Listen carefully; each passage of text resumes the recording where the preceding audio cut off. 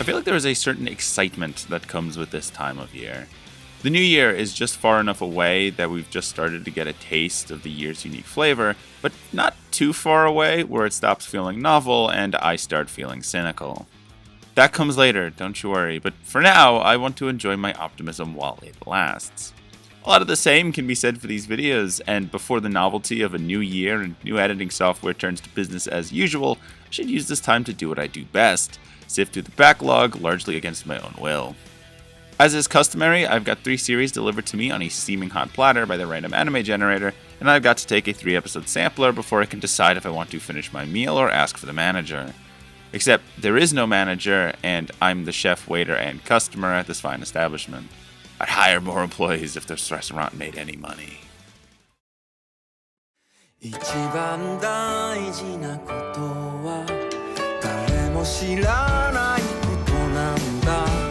あれもこれも Call me a snob, but I don't think people really appreciate good anime when they see it. It's easy to take a lot of things for granted when you're new to anime that quickly fall apart the deeper you dig. You've got guys out here actually acting like Demon Slayer is the worst thing in the world, completely unaware that the bar can go much, much lower. It's kind of a critic's curse, where if everyone could see what you've seen, they'd be a lot more appreciative of what we've got. Released in 2018, 3D Kanojo Real Girl is a high school rom-com focusing on the story of polar opposites Hikari Susui and Iroha Igarashi. The former is an antisocial otaku, and the latter a hottie with a reputation for being promiscuous, earning the ire of the other girls in her class. The two don't seem to have much in common, but one faithful encounter could very well change that. On the surface, Real Girl feels a lot like My Dress-Up Darling with a lot less polish.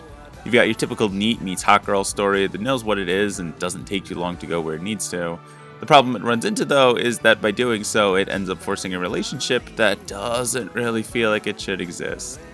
Hikari's got a bit of a bitter streak when it comes to women, and his abrasive personality really sells the idea that he's never been in a romantic relationship. However, to then put him into a voluntary relationship with a girl, no matter how damaged she seems, really doesn't do the series any favors. More Than a Married Couple did something similar, but at least in that show, the characters were forced into their circumstances and eventually grew into at least a decent enough couple. Here we get some idea for Iroha's intentions, but by keeping its secrets close to its chest, the series ends up feeling much more like wish fulfillment than anything substantive. Neither of its leads are particularly complex or interesting enough to hold the narrative, and their complete lack of chemistry doesn't offer much either. Neither the sidecast or production are noteworthy, leaving a series that is frankly kind of a slog to sit through. It's the kind of thing that really makes you appreciate just how hard it is to write good romance. We so often take it for granted, and hey, they can't all be winners, but it's when things start to really fall apart that the distinction becomes far easier to perceive. Going off of Mal's scores, Season 2 does seem to clean things up a bit, and I'm half tempted to finish it just for that alone, but morbid curiosity never works out too well, so I guess we'll see. Not everything is always love at first sight.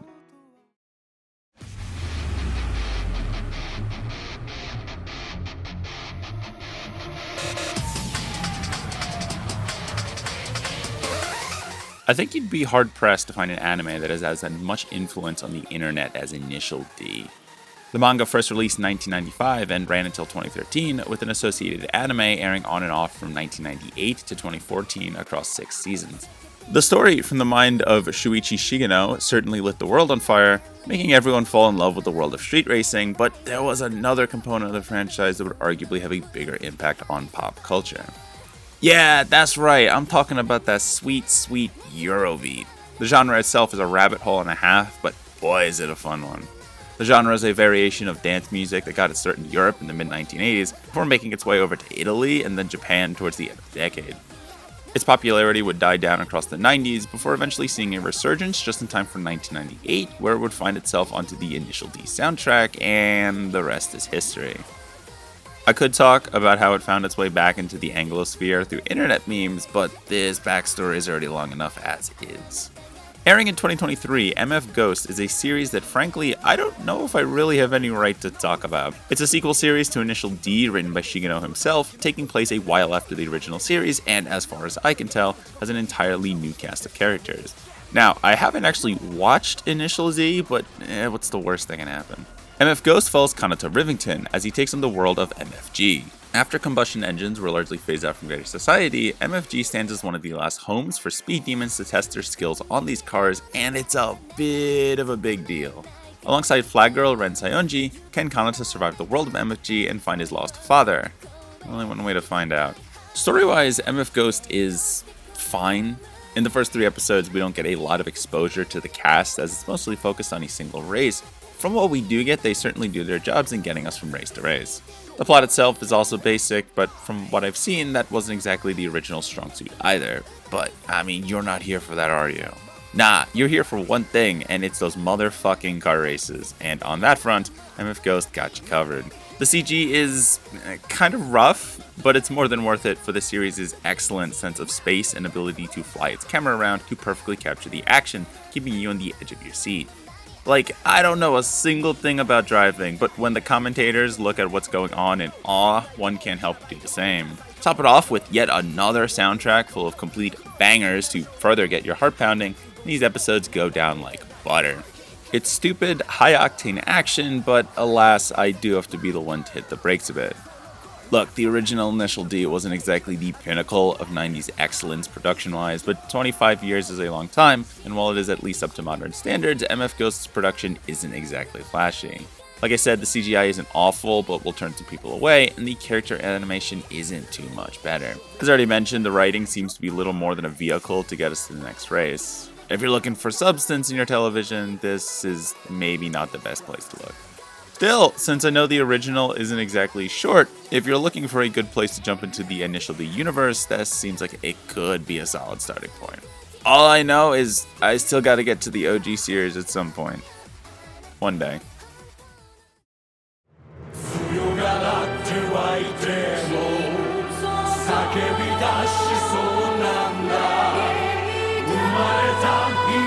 There was an ANN article back in January discussing the rise of isekai anime and breaking down its prevalence by the numbers.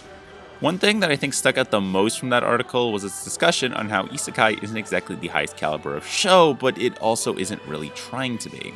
Most of the series we see are intentionally designed to be safer mid-tier options that feel familiar and comforting without putting a whole lot of strain on the viewer. Like, you know exactly what you're getting into with one of these series, and if you get past that first filter, you're gonna have a pretty alright time. If you don't, then not a huge deal either. The Eighth Son, Are You Kidding Me? Is an isekai light novel adaptation released all the way back in 2020. The story follows Wendelin von Benno Bossmeister, the eighth son of a poor noble family, who's also a reincarnated salaryman from our own world because of course. Because his family is poor as shit, Wendelin has to venture out into the world to make something of himself, and after running into a mysterious old magician who teaches him magic, decides to become an adventurer. How novel. Eighth Son is one of those shows that definitely didn't need to be an isekai. It could have worked just fine as a regular fantasy story, even if narratively it doesn't have as much going for it either way.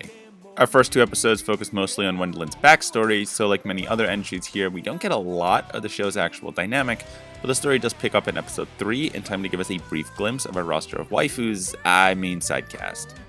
Easy mistake to make. Story-wise, it's fine. I tend to be able to at least tolerate the standard isekai plot as long as it doesn't cut itself by adding too much edge, and Eighth Son mercifully clears that hurdle. None of its casts are particularly great or memorable, but it has some okay ideas to hold my attention through the first 3 episodes. The bigger elephant in the room, though, is its production, and man, is it rough.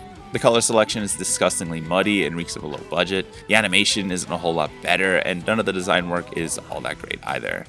It is quite impressive how many isekai series seem to have learned character design from a generic how to draw anime characters book, and if that comes off as a compliment, it really shouldn't. With all of that taken into account, Eighth Son doesn't leave a whole lot of an impression, but does seem like a pretty solid thing to put on in the background and let your eyes glaze over to if you need help zoning out. But hey, at least it isn't a game world. The bar is down in the mantle.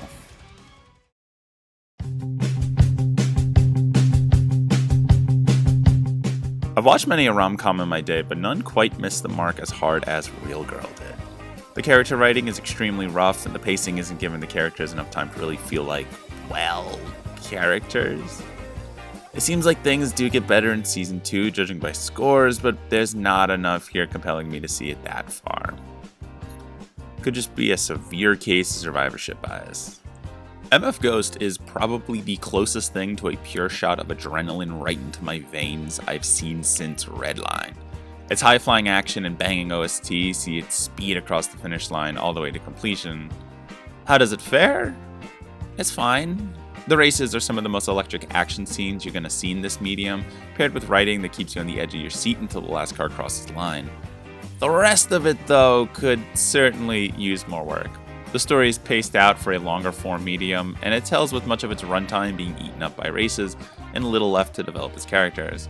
The character animation is fairly serviceable and does what it needs to get us from race to race, but 2 cliffhanger endings is a really good way to take the wind out of your sails. If you're looking for something to scratch the initial D itch, it will suffice, but if you want something a bit more robust, you're gonna have to look elsewhere. Maybe just go watch Overtake. I feel like there's not a lot that can be said about 8th Son that I haven't already said to death about so many other series before it. The characters are plain and forgettable, and the writing struggles to really differentiate itself significantly from all its peers. I'm sure someone with a more keen eye for this stuff could find the nuances, but I'm out. It's a safe and digestible filler show, and while there is a clear market for that, I am not part of it. Better luck next time. With that, we've reached the end of the video. As always, I hope you enjoyed and that I was able to help narrow down your planning list. If you like this video and want to see more like it, remember to like, subscribe, and ring the notification bell for the next upload, and head over to the playlist down below to catch up on any videos in the series you might have missed. Comment down below your thoughts on the series I covered here today, and follow me on these sites for more content and anime opinions from me. Otherwise, until next time, remember to stay salty.